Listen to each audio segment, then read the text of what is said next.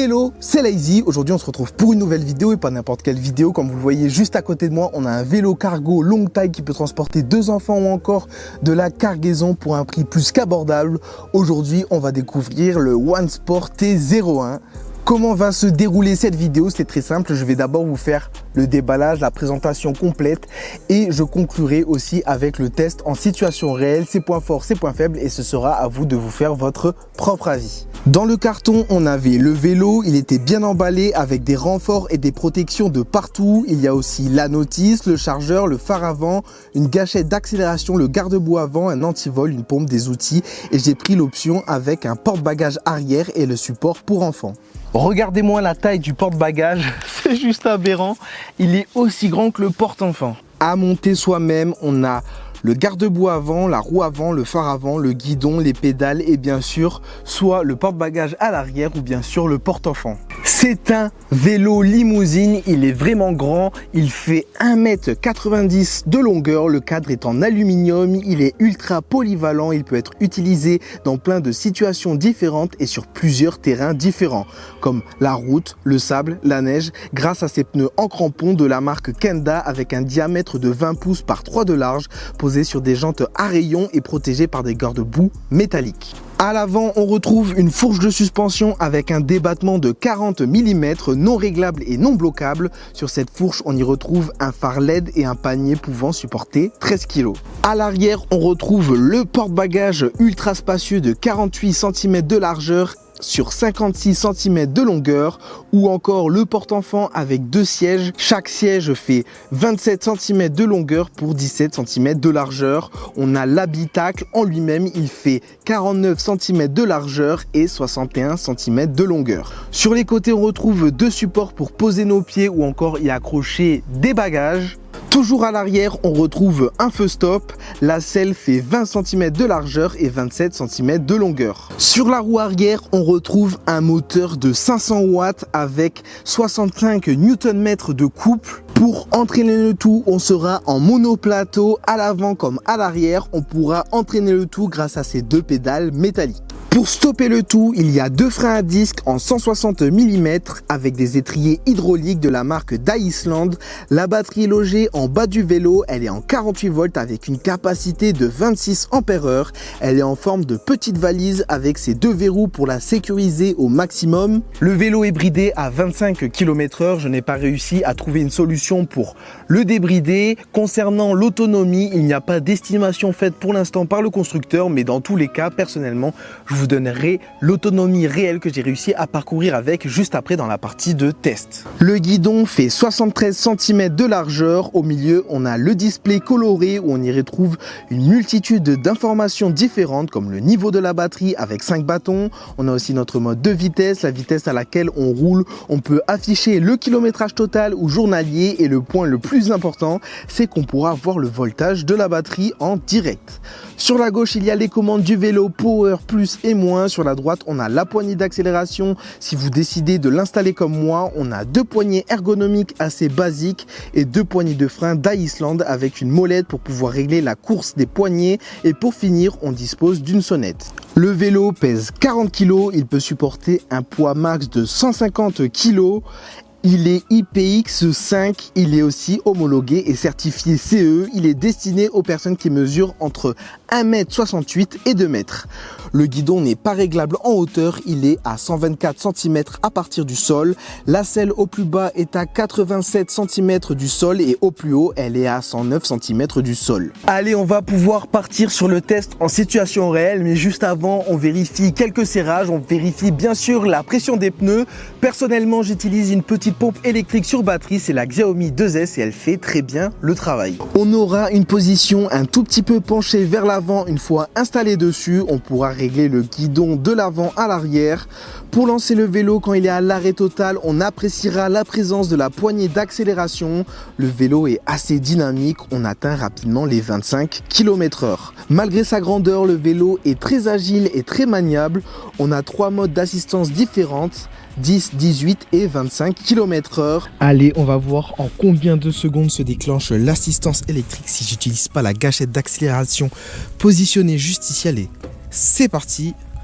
1, 2, 3 et au bout de 3 secondes, on a l'assistance électrique qui va venir nous aider, mais j'avoue que je préfère utiliser la gâchette d'accélération. Comme vous l'avez sûrement remarqué, on est rapidement projeté à 25 km/h. On a des freins hydrauliques et on va pouvoir les tester directement quand je suis projeté à 25 km/h. En combien de secondes je vais m'arrêter? Comme vous l'avez constaté, je me suis arrêté rapidement, donc j'ai mis exactement 2 mètres pour m'arrêter totalement, donc c'est magnifique. Voici la cadence de pédalage quand on souhaite aider le vélo, je la trouve un tout petit peu élevée. Après, j'ai aucun poids derrière moi, donc si on a des enfants, etc. derrière, ce sera un plaisir de pas trop pédaler. Mais sinon, si on veut avoir une cadence normale, on peut aussi pédaler comme ça lentement et le vélo continue à avancer à notre place sans aucun souci.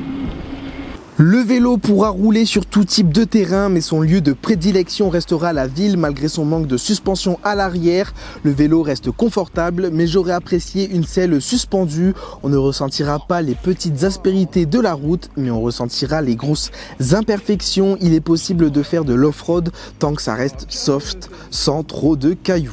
Le vélo va perdre un tout petit peu en stabilité quand on roulera avec du poids à l'arrière, contrairement quand on se met à rouler à vide. Dans les descentes, il sera possible de dépasser les 25 km/h, mais le compteur affichera toujours 25 km/h. Il arrive facilement à grimper les côtes. Dans la globalité, il a grimpé ma cote de référence présente dans tous mes tests à 22 km/h. C'est l'une des côtes les plus inclinées de mon parcours. À titre d'information, une Xiaomi Pro 2 montait la même cote à 18 km/h.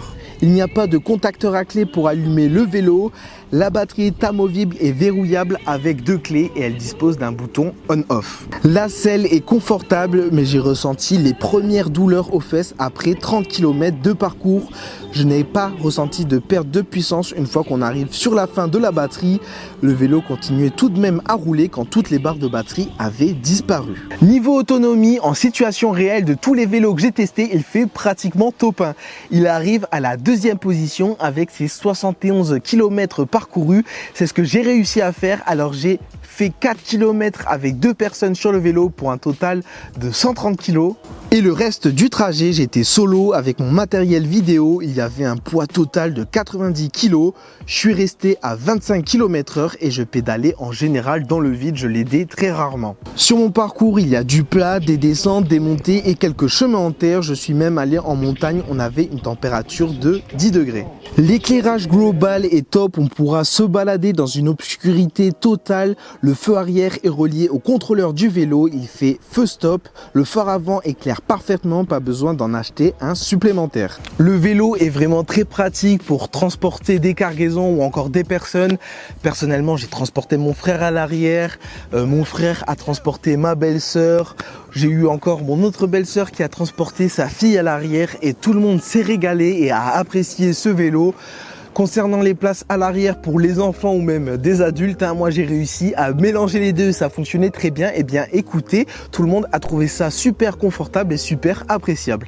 Le vélo est polyvalent, il avançait sans difficulté même quand on était à plusieurs dessus.